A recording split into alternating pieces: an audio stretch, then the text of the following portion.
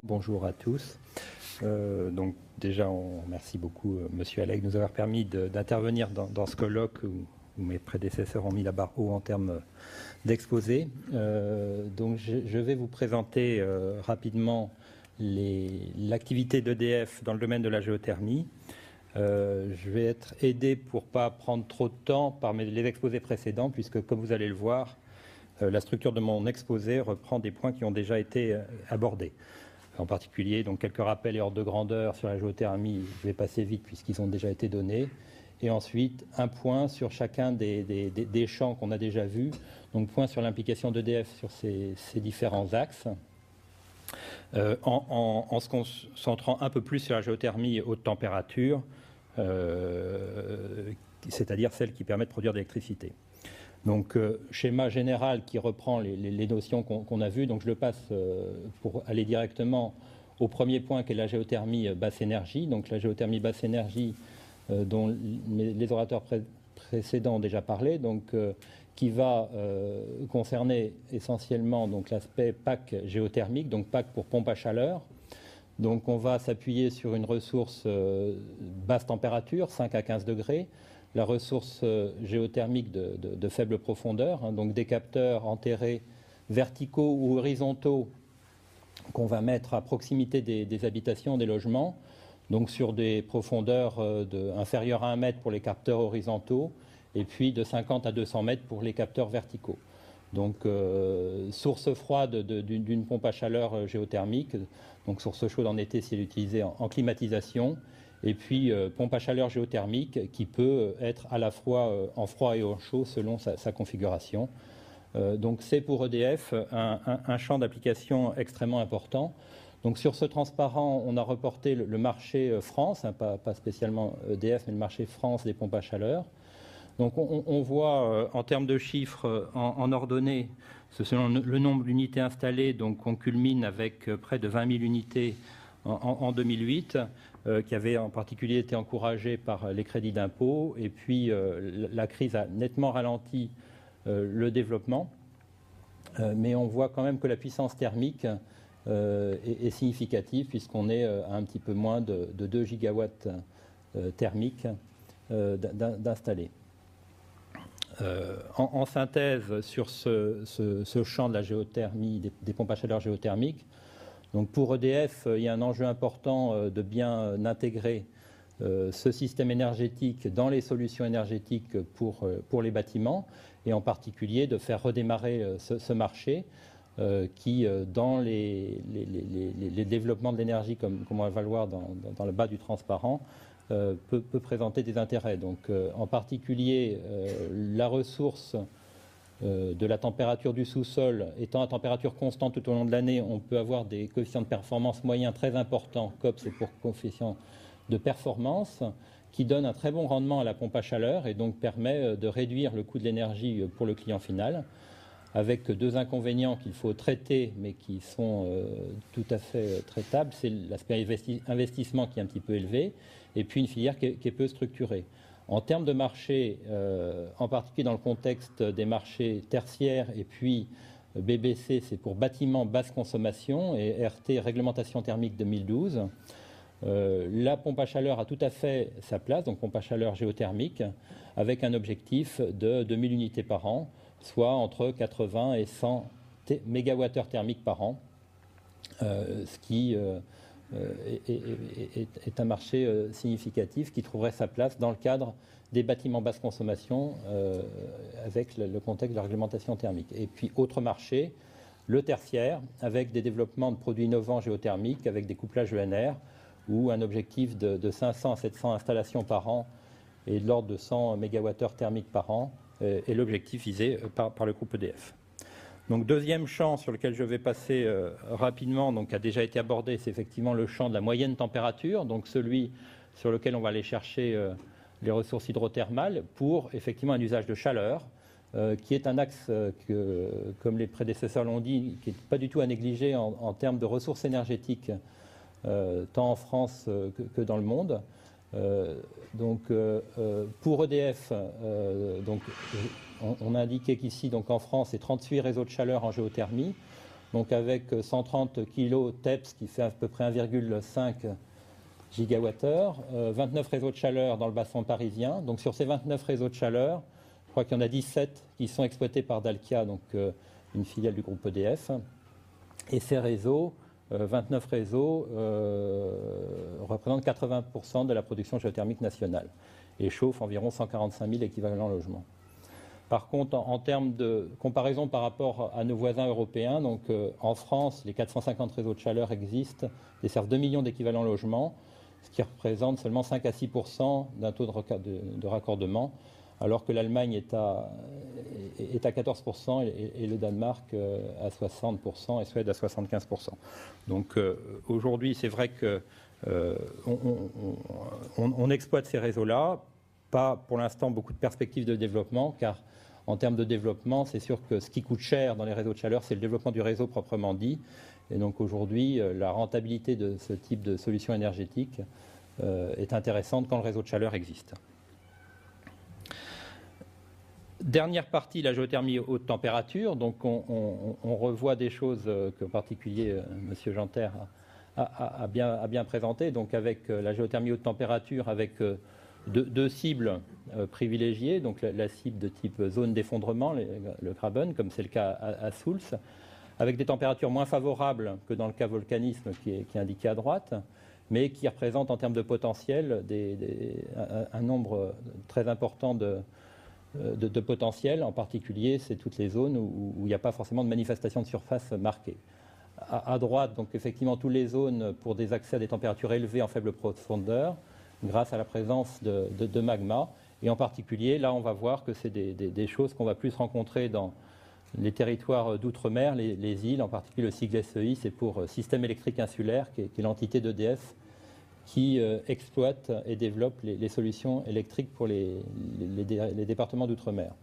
Donc effectivement, les deux concepts, comme l'a dit M. Janter, le HDR ou le EGS, donc Enhanced Geothermal System. Donc, comme il l'a dit, le HDR est aujourd'hui en cours d'abandon et effectivement, la priorité sur laquelle on se base, c'est bien le concept d'EGS, qui est celui développé à Soultz, avec la nécessité de caractériser les formations naturelles pour améliorer leur performance. Donc, on le reverra plus tard, l'enjeu de l'accès à cette ressource est bien dans cette caractérisation des formations pour bien identifier la ressource et avoir accès au réservoir. Donc, je ne reprends pas. Donc, effectivement, ce qui a été dit, il y a un fort potentiel de développement, donc un peu plus de 10 gigawatts en 2010.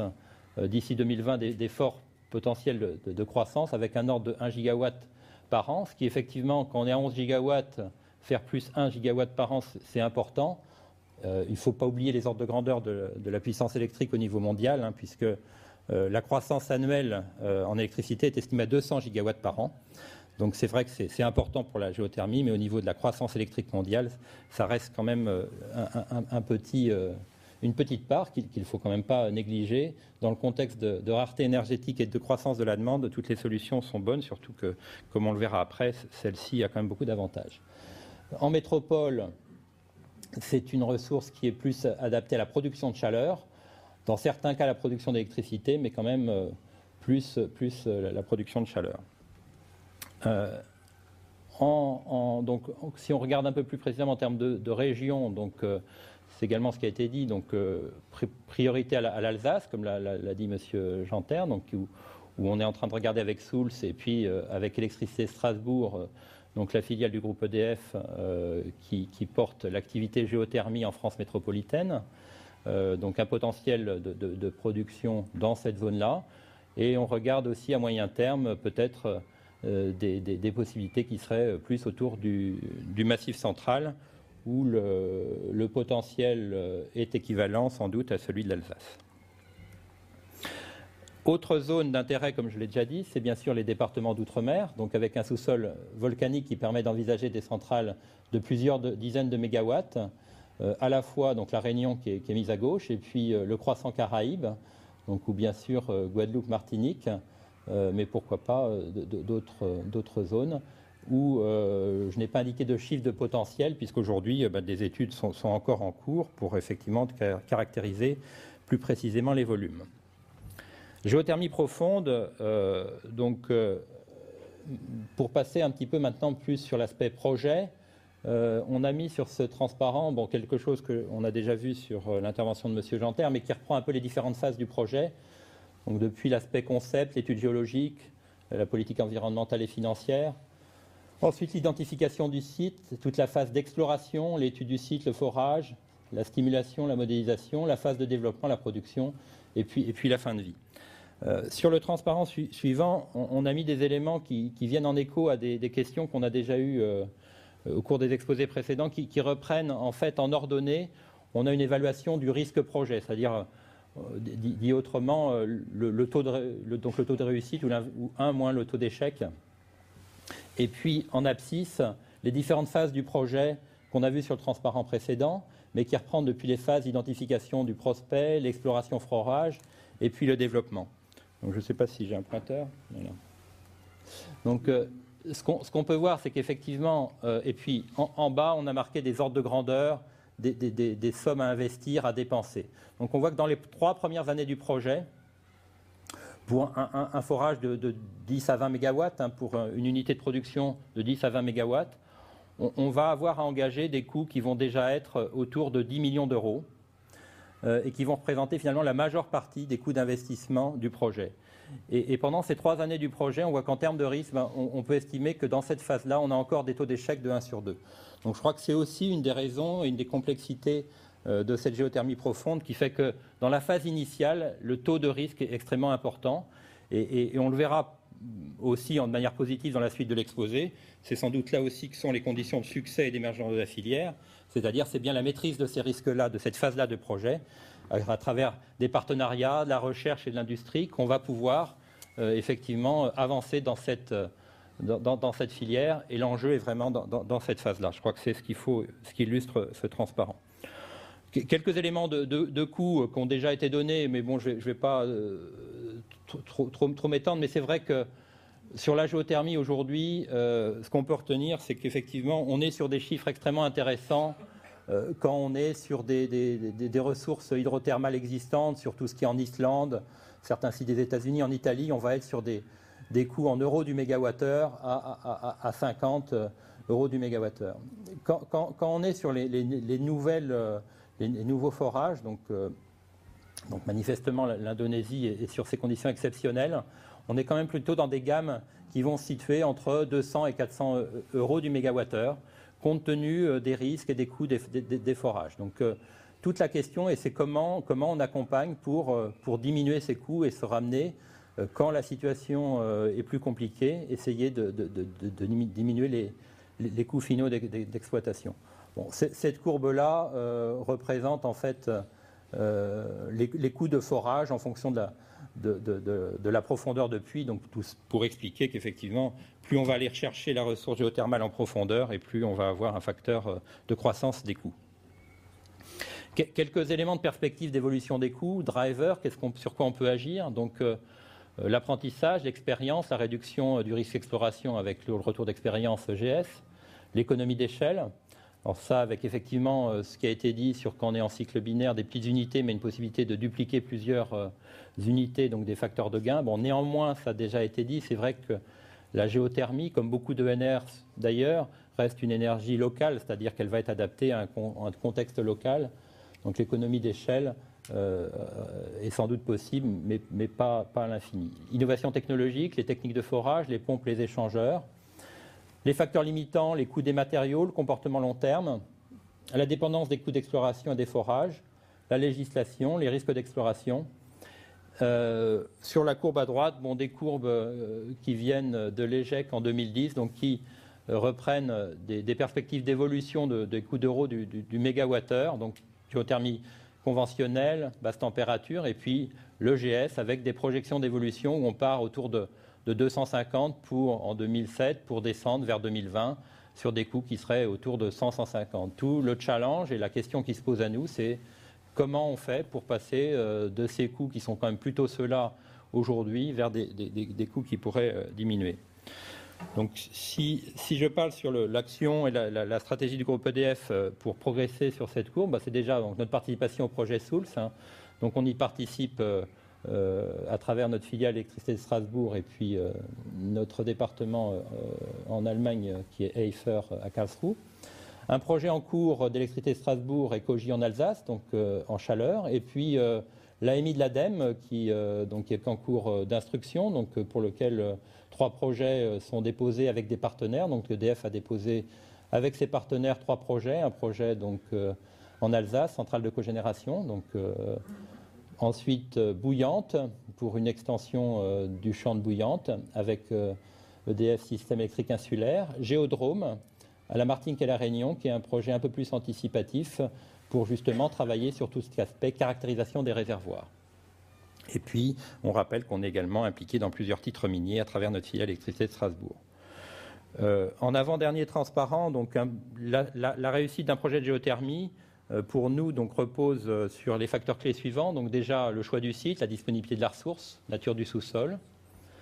Ensuite la maîtrise de la ressource énergétique et du captage de l'énergie, donc des choses qu'on a déjà vues, toute la dynamique du réservoir, le fluide géothermal, les phénomènes physico-chimiques, les questions de corrosion, précipitation, on aurait pu ajouter les questions de radioactivité qu'a indiqué M. Janter, l'aspect système hydraulique de surface, la dynamique du cycle thermodynamique avec plusieurs solutions qui s'offrent à nous selon les températures de la ressource, la dynamique des aquifères, la dynamique des puits et puis des capteurs pour la géothermie de surface. Ensuite, la transformation optimale de l'énergie, donc tout ce qui est cycle à la fois indirect ou organic Rankine cycle, en présence d'un fluide géothermal agressif, les cycles simples flash ou les réseaux de chaleur ou les pompes à chaleur pour les applications en plus basse température. Un élément important qu'il ne faut pas négliger, c'est la matrice de la qualité d'exploitation. Donc ça, c'est effectivement le métier d'EDF, mais c'est un enjeu important pour que cette filière puisse se déployer. C'est que l'exploitation, puisqu'on est dans une centrale de production d'électricité, ce soit bien maîtrisé avec une exploitation de qualité et maîtrisée. L'acceptabilité sociale et la promotion, on en a déjà parlé. Et puis, autre élément important, je crois qui est aussi un peu l'objet de ce colloque aujourd'hui, c'est bien l'aspect partenariat, avec la capacité, compte tenu des atouts et des compétences dont on a vu une bonne partie ce matin, donner un rayonnement à une vitrine technologique française et puis permettre de développer les compétences et savoir-faire, les partenariats qui permettront d'accéder à des marchés internationaux, permettant d'accéder aux gisements dont on a déjà parlé ce matin. Bon, là, je pense que je peux presque m'arrêter là, puisque là, je reprends en fait un peu les avantages et les inconvénients de la filière. Donc le potentiel qui est important, en particulier dans les îles, la modularité, l'aspect fonctionnement continu, donc c'est l'absence d'intermittence, un fonctionnement base ou semi-base, un excellent taux de disponibilité qui est prouvé sur les installations existantes. Une fois que l'installation est en fonctionnement, les coûts d'exploitation qui peuvent être faibles quand ils sont bien maîtrisés, l'impact environnemental qui est faible, et puis de fortes compétences françaises qui peuvent être fédérées, Alstom, pétrolier, bon, je ne vais pas tous les dire, surtout que la liste n'est pas exhaustive. Par contre, des délais, des inconvénients qu'on a déjà vus, donc les délais avant exploitation, les risques en exploration, une étape coûteuse, risquée, les forages de production et la construction des équipements de production qui représentent un tiers des coûts de développement, les risques techniques, le rendement qui est limité en électricité, en particulier dans les Graben, donc les zones d'effondrement comme à Souls, les champs de DOM qui sont en cours d'instruction, qui ne se présentent pas forcément tous une configuration idéale, en ce sens qu'on ne les connaît pas encore bien, que c'est pas comme forcément le site de Bouillante actuellement. Une présence française de la géothermie qui est timide et qui n'est pas forcément bien coordonnée, et puis un processus français d'attribution qui peut être un peu long. Donc voilà en synthèse ce qu'on peut dire sur l'activité d'EDF vis-à-vis de la géothermie.